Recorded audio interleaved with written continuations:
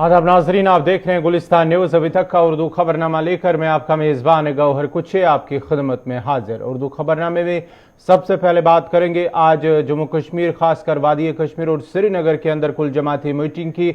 National conference के सदर doctor Farooq Abdullah ने आज अपनी रिहाइश गाह पर गुपकार एलामिया के फरीकीन की मीटिंग तलब की है। इससे कबल डॉक्टर फारूक अब्दुल्ला और उमर अब्दुल्ला ने महबूबा मुफ्ती से उनकी रिहाइशगाह पर तफसीली मुलाकात की, जबकि शाम देर गई पीपल्स कॉन्फ्रेंस के चेयरमैन सजाद गनी लोन ने भी महबूबा मुफ्ती के साथ मुलाकात की। गुपकार में मुनक्कद होने वाली मीटिंग में 14 माह बाद मुतवक्का तौर पर इस एलामिया पर तमाम फरीकीन शामिल होने की तवक्का है और इम्कानी तौर पर आइंदा का लाहे अमल और एजेंडा मुरतब किया जाएगा।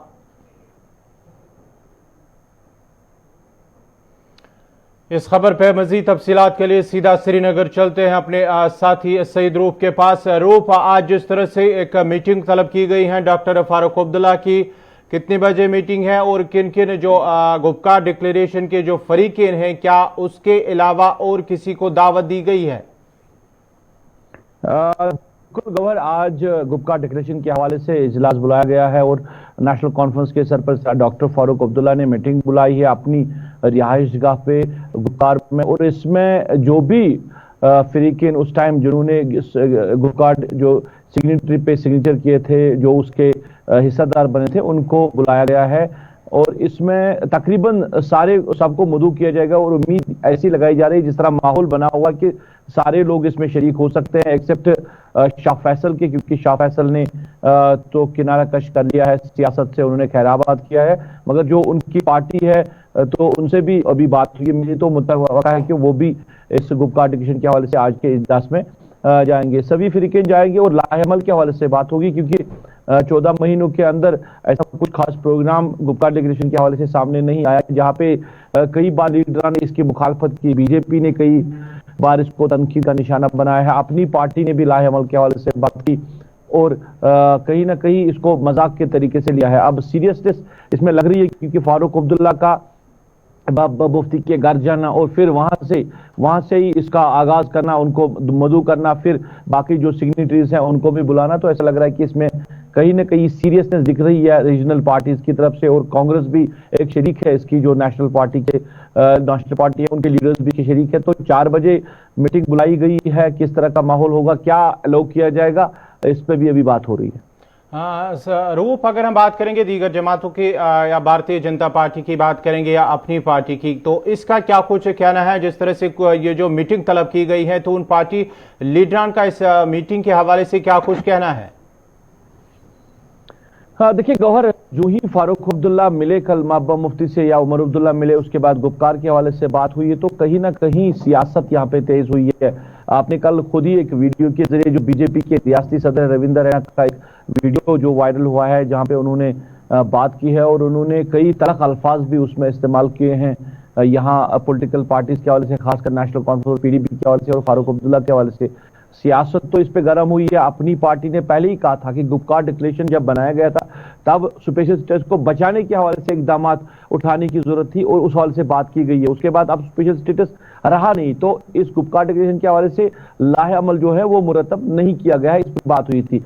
तो यही सोचकर मुझे लग रहा है कि और लोगों की भी कहीं ना कहीं लोग भी इस पर बात कर रहे थे, तो इसी वजह से आज इजलास बुलाया गया है। कल महबूबा मुफ्ती रिहा हुई, आज इजलास बुलाया गया है और कल जुमा के रोज महबूबा मुफ्ती की प्रेस कॉन्फ्रेंस भी है। तो मुझे लग रहा है कि इसमें कहीं ना कहीं सीरियसनेस दिख रही है और लीडर्स जो है वो इस पे लाहेअमल मुरतब करके आगे जो इसका लाहेअमल होगा उसी के तरीके कार पे चलेंगे। और हर एक, क्योंकि सजाद लोन भी महबूबा मुफ्ती से मिलने गया, मतलब वो एक बड़ा सिग्नेटरी है, वो भी शामिल है। गुलाम अहमद मीर जो कांग्रेस के स्टेट प्रेसिडेंट है, उन्होंने भी पहले प्रेस कॉन्फ्रेंस के दौरान भी कहा कि महबूबा मुफ्ती की रिहाई के बाद सब मिलेंगे। तो मुझे लग रहा है कि इसमें सीरियसनेस है और इसके जरिए ही अब यहाँ की रीजनल पार्टीज और कांग्रेस को साथ देकर अब सियासत होगी। क्या इलेक्शन में पार्टिसिपेट किया जाएगा, पंचायत और अर्बन लोकल बॉडीज के इलेक्शन, क्योंकि कांग्रेस के स्टेट प्रेसिडेंट ने कहा कि हमें इन इलेक्शन में हिस्सा लेना चाहिए अगर हमें उन ताकतों को रोकना है जो जम्मू कश्मीर के हालात को इस तरह बनाए हुए हैं। उन्होंने इशारा दिया कि हमें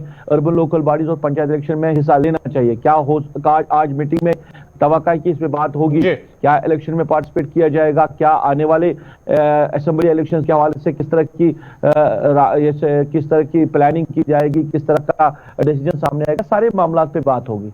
रूप, जरा आखिर पर ये आपसे जानना चाहेंगे, एक तो इंतजामिया की जानिब से क्या इस मीटिंग को इजाजत मिली, और साथ ही साथ जो पीडीपी खेमे से खबर आ रहे हैं, फिलहाल ये जरा से खबर आ रही है कि कुछ जो लीडरान जिन्होंने पार्टी से अलविदा कह दिया, उनकी ख्वाहिश है कि वो एक बार फिर पार्टी के साथ पार्टी के अंदर आना चाहते हैं। ये फिलहाल जरा से खबर है, इस हवाले से आपके पास क्या है ताज़ा तफसीलात? बिल्कुल, और आपको याद होगा कई बार इस पे हमने बात की थी कि महबूबा मुफ्ती अभी बंद है, जिसकी वजह से शायद सूरत हाल पीडीपी की इस तरह बनी हुई है। और कल भी मैंने कहा था कि महबूबा मुफ्ती का आना और फिर पार्टी अफेयर्स को चलाना, इसमें काफी ज्यादा फर्क आ सकता है। और कई लीडरान जो पीडीपी छोड़ के चले गए थे या इनको पार्टी से निकाला गया था, उन्होंने ख्वाहिश का इजहार किया कि वो पार्टी में वापस आना चाहते हैं। कई क्वार्टर से अब अप्रोच किया जा रहा है महबूबा मुफ्ती के साथ या पार्टी लीडरान के साथ कि उनको वापस बुलाया जाएगा। और तब्दीली आप देखेंगे आने वाले दिनों में तब्दीली आ सकती है। कई लीडरान जो है वो पार्टी में वापस आ सकते हैं और वापस पार्टी ज्वाइन कर सकते हैं। और गवर्नर, मैं आपको ये भी बताऊं कि कैसे खबरें ऐसे भी आ रही है कि शायद जो प्रीपोल, अगर इलेक्शंस होंगे और स्टेटहुड दिया जाएगा, उसके बाद इलेक्शंस होंगे, तो प्रीपोल इलेक्शन के हवाले से भी खबरें आ रही है कि शायद कहीं ना कहीं नेशनल कॉन्फ्रेंस या पीडीपी, पीपल्स कॉन्फ्रेंस, कांग्रेस जो गुप्कार टेक्नीशियन की सिग्नेटरी है, कहीं ये प्रीपोल इलेक्शंस में इलेक्शन का हिस्सा बने और इलेक्शन में पार्टिसिपेट करे। प्रीपोल इलेक्शंस हो सकते हैं, ये भी खबरें आ रही है। अभी इसकी तस्दीक होना बाकी है क्योंकि लीडर्स अभी इस पर बात नहीं कर रहे, मगर जो सोर्स से हमारी बात हो रही है, सोर्स कह रहे हैं कि ये फोकस कर रहे हैं कि प्रीपोल इलेक्शन के लिए तैयारी करे नेशनल कॉन्फ्रेंस, पीडीपी और बाकी जमातें, और शर्त यह कि स्टेटहुड को पहले वापस दिया जाएगा, फिर इलेक्शन हो सकते हैं। चलिए, बहुत बहुत शुक्रिया सईद रूफ फारूक की आपका। ये थे श्रीनगर से सईद रूफ फारूक की जो बात कर रहे थे, जहां नेशनल कॉन्फ्रेंस के सदर डॉक्टर फारूक अब्दुल्ला की जानिब से उन्होंने आज अपनी रिहाइशगाह पर गुपकार एलामिया के फरीकीन की एक मीटिंग तलब की है, जहां कल उन्होंने महबूबा मुफ्ती के साथ उनकी रिहाई के बाद उनके साथ मुलाकात की, उसके बाद ही उन्हें भी दावत दी गई है इस पार्टी के इस मीटिंग के हवाले से। और आज शाम 4 बजे खबर यही आ रही है कि 4 बजे डॉक्टर फारूक अब्दुल्ला की रिहाइशगाह पर कुल जमाती जो मीटिंग होने वाली है, और इसमें इम्कानी तौर पर आइंदा का लाहे अमल और एजेंडा मुरतब किया जा रहा है।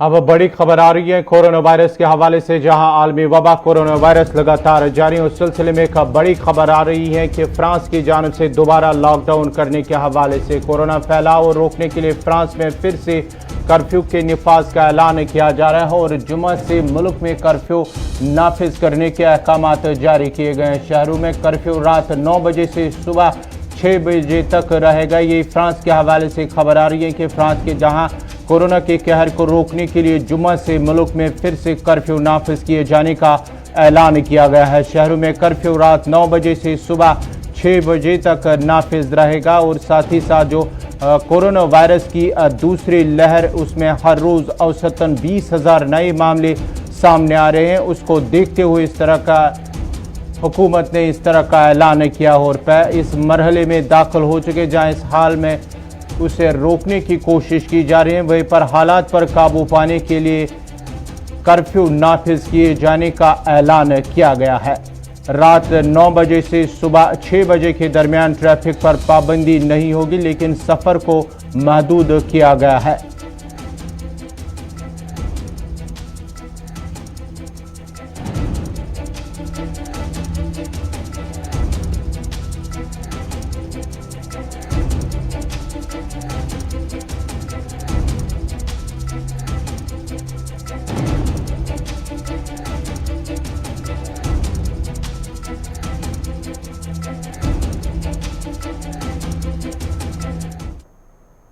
अब श्रीनगर जम्मू कौमी शाहरा के हवाले से एक और बड़ी खबर आ रही है कि श्रीनगर जम्मू कौमी शाहरा के हवाले से पुलिस ने एक एडवाइजरी जारी की है। अक्टूबर 16 से 30 नवंबर तक शाहरा पर हर जुमा को ट्रैफिक पर पाबंदी आयद रहेगी। पाबंदी के आम में शाहरा पर सफर करने से लोगों को इज्तनाब किया गया है। शाहरा की देखरेख के लिए इंतजामिया की जानिब से इस तरह का कदम उठाया गया है। पुलिस की जानिब से श्रीनगर जम्मू कौमी शाहरा के हवाले से एक एडवाइजरी जारी की गई है, जिस दौरान शाहरा की देखरेख की गर्ज से 16 अक्टूबर से 30 नवंबर तक हर जुम्मा को नकल हमल पर पाबंदी आयद रहेगी। ट्रैफिक पुलिस ने एक एडवाइजरी जारी करते हुए श्रीनगर जम्मू कौमी शाहरा पर नवंबर के आखिर तक हर जुम्मा को नकल हमल पर पाबंद आयद रहेगी। जहां जारी एडवाइजरी के मुताबिक पाबंदी के आम में सड़क की हालत और मौसम बेहतर होने की सूरत में एशियाई ज़रूरियत से बड़ी गाड़ियों को मगल रोड पर चलने की इजाज़त होगी, ताहम मुसाफिर गाड़ियों को मगल रोड पर चलने की इजाज़त नहीं होगी।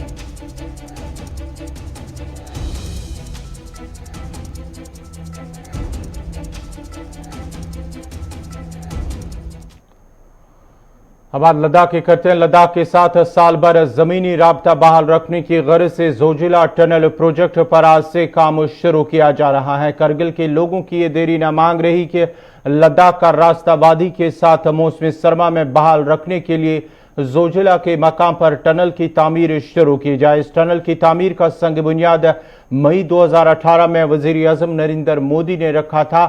मिनीमार्ग और बालतल से बैक वक्त टनल का काम शुरू किया जा रहा है और जमीनी ट्रांसपोर्ट के मरकजी वजीर नितिन गडकरी वीडियो कॉन्फ्रेंसिंग के जरिए इसका इफ्तिताह करेंगे। ये बात काबिल जिक्र है कि श्रीनगर और करगिल का राब्ता साल भर करीब 6 माह तक मौसम की खराबी की वजह से कटा रहा, ताहम इफ्तिताह होने से कबल ही मकामी लोगों ने खुशी का इजहार करते हुए कहा कि ये उनकी देरी ना मांग थी कि टनल पर काम को शुरू किया जा रहा है ताकि उन्हें रोजगार मिले और हजारों अफराद जो मौजूदा हालात के दौरान बेकार बैठे उन्हें काम के साथ साथ रोजगार भी फराम होगा।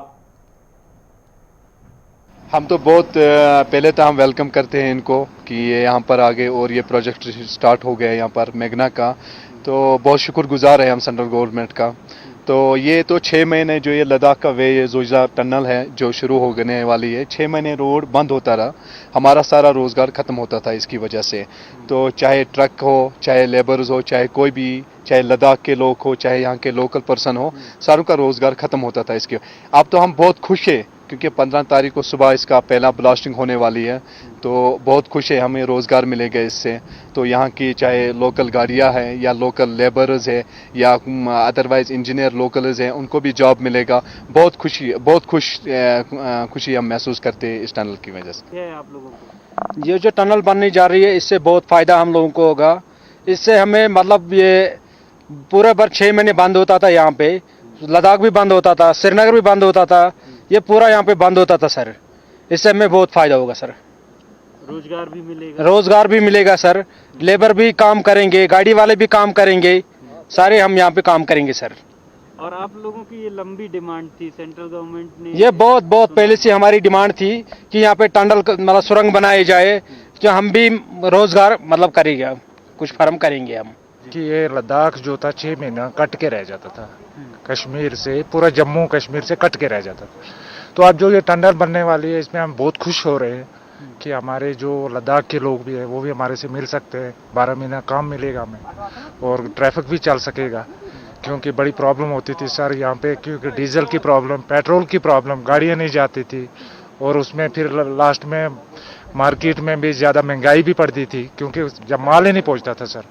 तो इसलिए सर हम बहुत धन्यवाद करते हैं सेंट्रल गवर्नमेंट का कि जिसने ये आज कल से 15 से यहाँ से काम शुरू हो रहा है, तो हम शुक्रिया करते हैं कि ये बहुत फायदा सर। जो 6 महीने बंद रहते थे अब ये खुला रहेगा 12 महीने, बहुत फायदा होगा, गाड़ी वालों का भी फायदा होगा, लेबर वालों का भी फायदा होगा। और यहाँ खासकर हमारा ये रोजगार इस वक्त ऑन स्पॉट हमारा रोजगार मिलेगा इस वक्त, ये हमारे लिए बहुत खुशी है। और जब रास्ता कट जाता था तो महंगाई भी बढ़ जाती, ज्यादातर लद्दाख में, लद्दाख करगिल में, वहाँ तो बहुत महंगाई बढ़ती थी, सामान नहीं पहुँचते। बिल्कुल सर, तो अब फायदा होगा इससे। हाँ, इससे बहुत फायदा होगा। प्याज किलो विंटर में उधर 100 रुपया केजी जाते थे, टमाटर 100 रुपये केजी जाते, वो भी जहाज के जरिए जाते थे सर। हाँ सर, तो अच्छा डिसीजन है ये ऐसा, वो बहुत अच्छी है सर, बहुत अच्छी डिमांड थी, हमारी पुरानी डिमांड थी सर। हाँ, हम शुक्रिया करते हैं मोदी जी का सर। शुमाली कश्मीर के मस्सिल सेक्टर के सरपंचों ने तहसील ऑफिस के बाहर एक खामोश एहतजाज करते हुए शिकायत की है कि मस्सिल इलाका बुनियादी सहूलियात से महरूम है। उन्होंने कहा कि सड़कों की हालत काफ़ी खस्ता होने के साथ साथ तिबी सहूलियात का भी फुकदान है, जिसकी वजह से इलाके के लोगों को सख्त दुश्वारियों का सामना करना पड़ता है।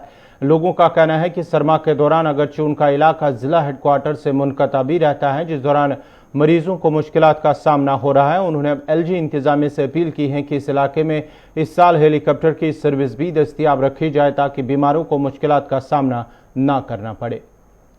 यहाँ पर अभी बर्फबारी होने वाली है, चंद दिनों में 7-8 फुट यहाँ पर बर्फ रहती है। यहाँ पे चाहे हेल्थ की अगर मैं बात करूँ, बिजली की बात करूँ, मोबाइल टावर की बात करूँ या कोई और मामला हो जो इरशाद के लिए ज़रूरी होनी चाहिए। यहाँ पे हेल्थ की अगर मैं बात करूँ तो बिल्कुल ज़ीरो है। यहाँ पे विंटर में हमारी अगर कोई हावला औरत होगा उसको हमें स्टीचर पर ले जाना पड़ता है, कलारूस या जड़गली या श्रीनगर। अगर उसकी ठीक हुई तो वो पूजा था, अगर नहीं तो उसकी मौत वाक़ा होती है। और हम यही डिमांड करते हैं कि यहाँ पर हेल्थ पर ज़्यादातर तवज्जो देना चाहिए। इन विंटर के आयाम में जो 6 माह कटाव रहता है और यहाँ पे जो बिजली है, बिजली 76 बरसों के बाद यहाँ पे आई है, वो भी कुछ हल्कों का मिला है। जो ये हमारा बच्चन है कटाव रहता है 6 महीने से। हमारी यही गुजारिश है कि यहाँ पे रोड खुला रहना चाहिए विंटर के आयाम में। और हमारी अगर कोई ज़्यादा मसाइल हो गए तो हमारे लिए एक हेलीकॉप्टर की सर्विस यहाँ पे होनी चाहिए। जी, मेरे हिसाब से सबसे जो मेन इनका है वो रोड का है, क्योंकि road basic need of life है। मैक्सिमम लोगों की यहाँ पर यही एक राय है कि ये जो जितने भी इनके इनर लिंक्स है ये पूरे ग्रिफ के हैंडओवर हो जाए ताकि जो रोड है वो टाइमली बने और अच्छे बने। आज तक जो उनके साथ धोखा हुआ है, महकमा R&B ने जब भी काम किया है वो किसी काम के लायक तो है नहीं। अभी हम यही आपकी वसादत से भी यही गुजारिश करेंगे कि जितने भी यहाँ पर इनर लिंक्स हैं वो सब के सब या तो ग्रिफ करें या PMGSY करें। फगसू डोडा के लोगों ने इंतजामिया से मांग की है कि इलाके में अस्पताल का क़याम अमल में लाया जाए ताकि इलाके के लोगों के दरपेश मुश्किलात दूर हो सके। लोगों का कहना है कि इलाके में अस्पताल के न होने से उन्हें दूर दराज इलाकों का रुख करना पड़ता है, जिसकी वजह से लोगों को दिक्कतें पेश आ रही है। उन्होंने इंतजामिया के आला हुकाम से अपील की है कि इलाके में एक अस्पताल कायम किया जाए ताकि लोगों के मुश्किलात दूर हो सके।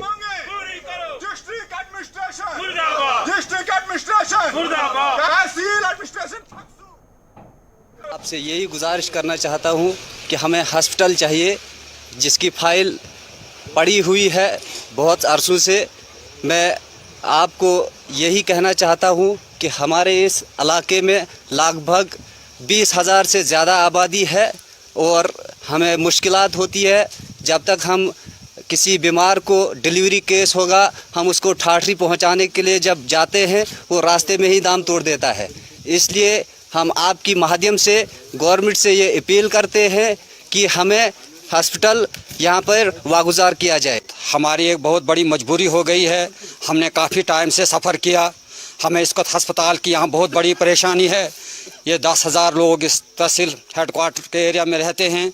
तो बहरहाल हमने ये जो धरना दिया, इसका मेन मकसद जो है हमें हस्पताल की फ़ाइल जो है वो कंप्लीट होकर DC साहब के उधर दफ्तर में पड़ी हुई है। हम DC साहब से गुजारिश करते हैं कि वो जल्द अज जल्द उस फाइल का अजाला करे और हमारा ये जो हस्पताल का मसला है ये हल हो जाए।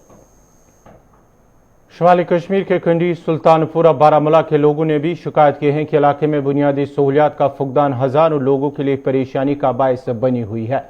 लोगों का कहना है कि इलाके में सड़क की खस्ता हालत, बिजली की गैर ज़रूरी कटौती और पीने के साफ पानी की किल्लत इलाके के लोगों के लिए मुश्किलात बनी हुई है। इलाके के लोगों का कहना है कि अगरचे कई मरतबा इस हवाले से मुतलका हुकाम को भी आगाह किया गया था, इंतजामिया के अफसरान ने इलाके की जानिब कोई तवज्जो मरकूज नहीं की। उन्होंने अब LG इंतजामिया से अपील की है कि इलाके की ओर तवज्जो दी जाए ताकि आवाम की मुश्किलात दूर हो सके।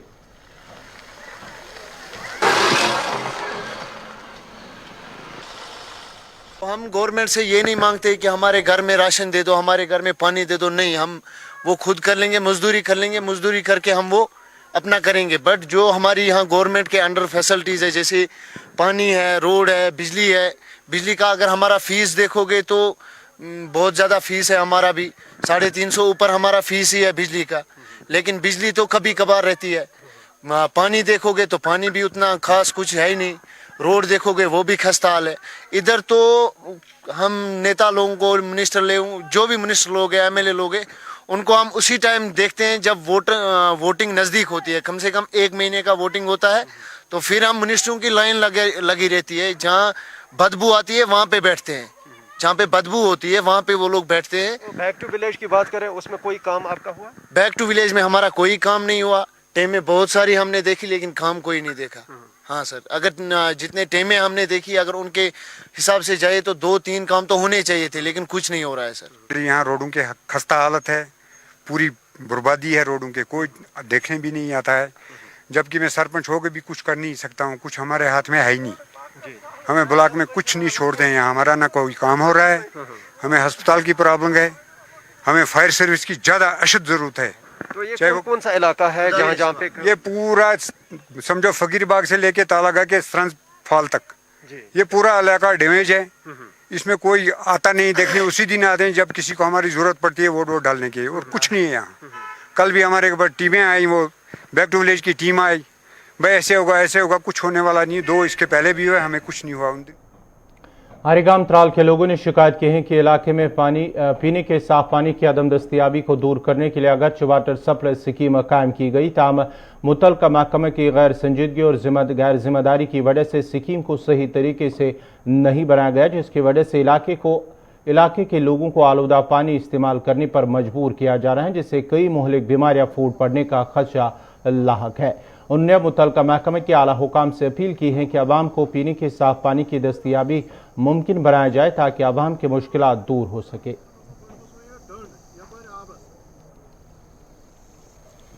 वाटर सप्लाई स्कीम चलान ये गामस पे कन, मगर सह ओपन, तथ मन गुड़ आसान, तथ मन गुपन आसान, तथ मन जानवर, तथ मन हून नचान, तमिक आब सोरे गंद सह पाइपन मज, तथ मन मिनी नचान आसान, तिम वसान, तिम तिहद लांग लंच पत नलकन मज ब्रोट किन।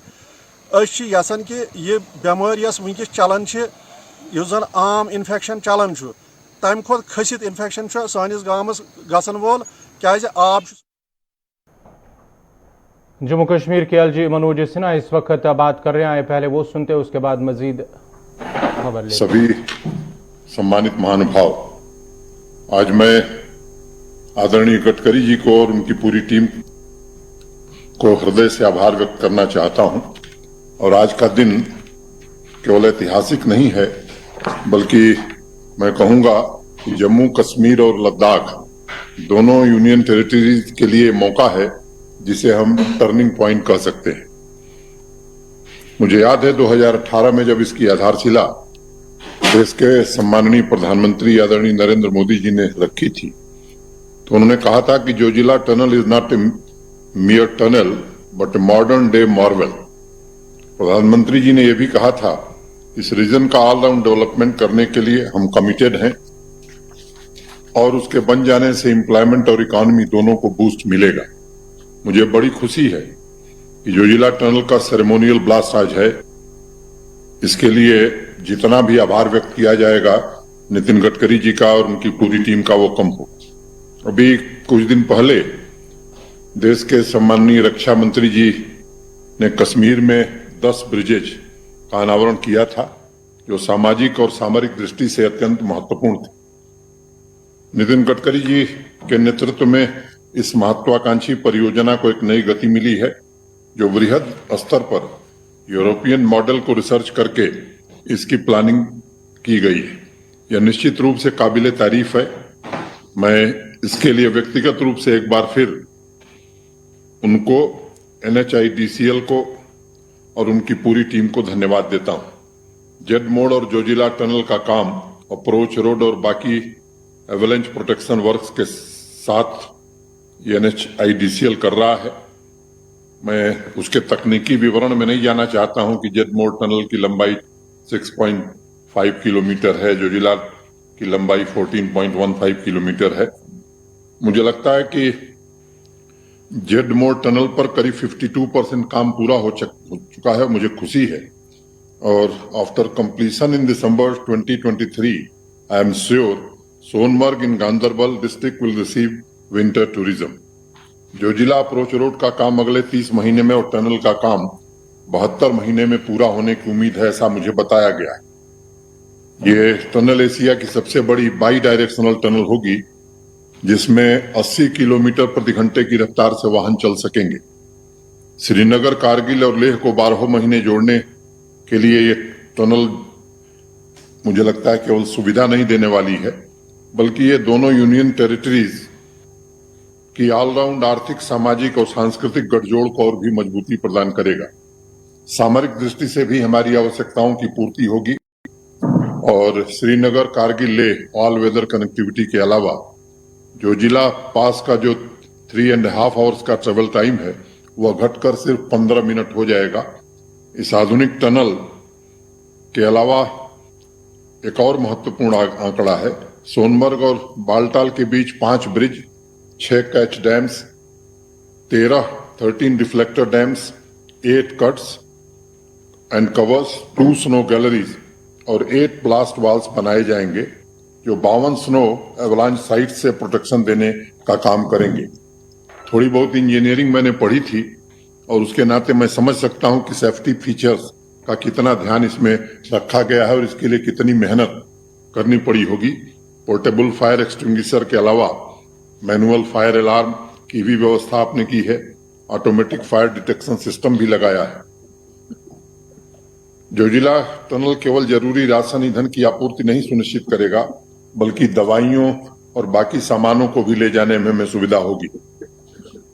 पिछले साल 10 दिसंबर को जोजिला दर्रा बंद कर दिया गया था। कोरोना महामारी के बावजूद सभी सावधानी बरतकर इसे अप्रैल 2020 में ही सिर्फ जरूरी सामान ट्रक्स के लिए खोला जा सका। दूसरी बड़ी बात यह है कि जब बर्फबारी होती है तो यहाँ जो काम है हमारे लिए अत्यंत कठिन हो जाता है। 2-2 महीने स्नो क्लियरेंस में हमें लगते हैं। पूरा प्रशासन 24 घंटे इसको लेकर के चिंतित रहता है और एक बड़े वर्कफोर्स की जरूरत रहती है हमको और लद्दाख को भी। इस टनल के बनने के बाद मुझे लगता है कि ये जो एक बड़ा भारी काम था उससे हमें मुक्ति मिल जाएगी। I always believe holistic development of transport infrastructure is the most important element for overall growth of a region, and it brings territorial equality. I am confident Jojila Tunnel will ensure enhanced business activities and will transform the areas where so far we have seen less development activities. It will facilitate the trade and movement of workforce throughout the year between the 2 union territories. अभी माथुर साहब ने एक बात कही joint committee की, मुझे लगता है कि हम लोग सहोदर भाई की तरह ही हैं जम्मू कश्मीर और लद्दाख। जैसा आपका सुझाव होगा उसे निश्चित रूप से तुरंत क्रियान्वित हम लोग कर देंगे। और दूसरी बात मुझे कहनी है कि इमोशनल कनेक्ट हमारा आपका बहुत अच्छा है। आज गडकरी जी ने फिजिकल कनेक्ट उपलब्ध कराने का भी एक साधन मुहैया कराया है, फिजिकल कनेक्ट भी हमें हो जाएगा। फिर से एक बार आदरणीय नितिन गडकरी जी को मैं हृदय से धन्यवाद देता हूँ। Thank you. जी मनोज सिन्हा, जहां आज इफ्तिताही तकरीब जो काम शुरू करने के हवाले से नितिन गडकरी की जानिब से एक तकरीब के दौरान इसका काम का इफ्तिताह किया गया। इस सिलसिले में एलजी मनोज सिन्हा की जानिब से जहां उन्होंने वज़ीर आज़म नरेंद्र मोदी का शुक्रिया अदा किया, साथ ही साथ नितिन गडकरी का भी शुक्रिया अदा किया। उन्होंने कहा कि इसके टनल की तामीर होने से जो साल भर तकरीबन 6 माह के दौरान जो रास्ता बंद रहता है, कट ऑफ रहता है, उसकी वजह से जो लोगों को मुश्किलात पेश आ रही थी, अब टनल के होने से टनल पर जो है टनल मुकम्मल होने की वजह से अब जो है साल भर जो है वहाँ पर लोगों के मुश्किलात वो अब दूर होंगे और साथ ही साथ साल भर अब ये टनल कट ऑफ नहीं रहेगा, लोगों का रास्ता रहेगा, वहाँ पर लोग आते जाते रहेंगे और साथ ही साथ सयाहती एतबार के उन्होंने कहा कि एक सयाहती एतबार से भी काफ़ी फ़ायदेमंद साबित हो सकती है।